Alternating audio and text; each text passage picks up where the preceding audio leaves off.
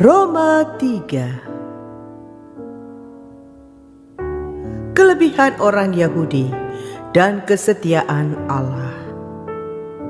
Jika demikian, apakah kelebihan orang Yahudi dan apakah gunanya sunat? Banyak sekali dan di dalam segala hal. Pertama-tama, sebab kepada merekalah dipercayakan firman Allah. Jadi bagaimana jika di antara mereka ada yang tidak setia? Dapatkah ketidaksetiaan itu membatalkan kesetiaan Allah? Sekali-kali tidak. Sebaliknya, Allah adalah benar dan semua manusia pembohong. Seperti ada tertulis, supaya engkau ternyata benar dalam segala firman-Mu dan menang jika engkau dihakimi. Tetapi jika ketidakbenaran kita menunjukkan kebenaran Allah, apakah yang akan kita katakan? Tidak adilkah Allah? Aku berkata sebagai manusia, jika Ia menampakkan murkanya, sekali-kali tidak. Andai kata demikian, bagaimanakah Allah dapat menghakimi dunia? Tetapi jika kebenaran Allah oleh dustaku semakin melimpah bagi kemuliaannya, mengapa aku masih dihakimi lagi sebagai orang berdosa? Bukankah tidak benar fitnahan orang yang mengatakan bahwa kita berkata, marilah kita berbuat yang jahat, supaya yang baik timbul daripadanya. Orang semacam itu sudah selayaknya mendapat hukuman. Semua manusia adalah orang berdosa. Jadi bagaimana?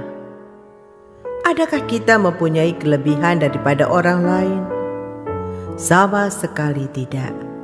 Sebab di atas telah kita tuduh baik orang Yahudi maupun orang Yunani, bahwa mereka semua ada di bawah kuasa dosa. Seperti ada tertulis, tidak ada yang benar, seorang pun tidak. Tidak ada seorang pun yang berakal budi. Tidak ada seorang pun yang mencari Allah.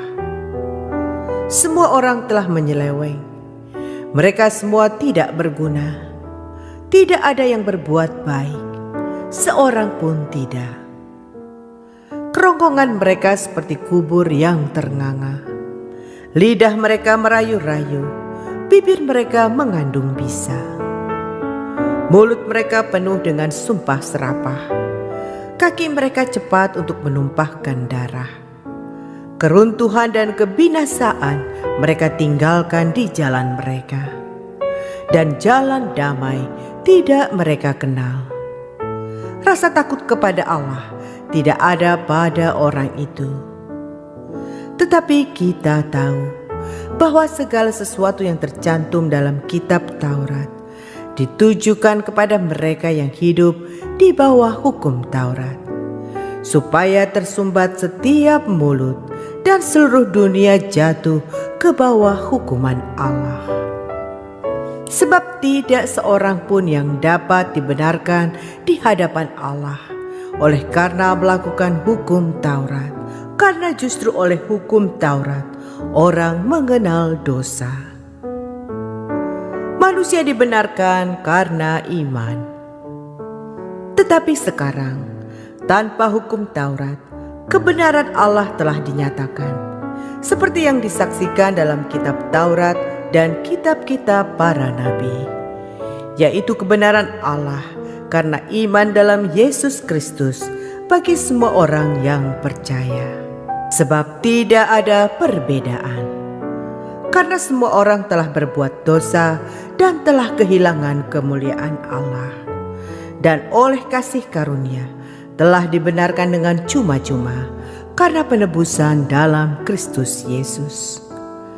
Kristus Yesus telah ditentukan Allah menjadi jalan pendamaian karena iman dalam darah-Nya. Hal ini dibuatnya untuk menunjukkan keadilannya, karena Ia telah membiarkan dosa-dosa yang telah terjadi dahulu pada masa kesabarannya. Maksudnya ialah untuk menunjukkan keadilannya pada masa ini, supaya nyata bahwa Ia benar dan juga membenarkan orang yang percaya kepada Yesus. Jika demikian, apakah dasarnya untuk bermegah? Tidak ada. Berdasarkan apa? Berdasarkan perbuatan? Tidak, melainkan berdasarkan iman. Karena kami yakin bahwa manusia dibenarkan karena iman, dan bukan karena ia melakukan hukum Taurat. Atau adakah Allah hanya Allah orang Yahudi saja? Bukankah Ia juga adalah Allah bangsa-bangsa lain? Ya, benar. Ia juga adalah Allah bangsa-bangsa lain. Artinya, kalau ada satu Allah yang akan membenarkan baik orang-orang bersunat karena iman maupun orang-orang tak bersunat juga karena iman. Jika demikian, adakah kami membatalkan hukum Taurat karena iman? Sama sekali tidak. Sebaliknya, kami meneguhkannya.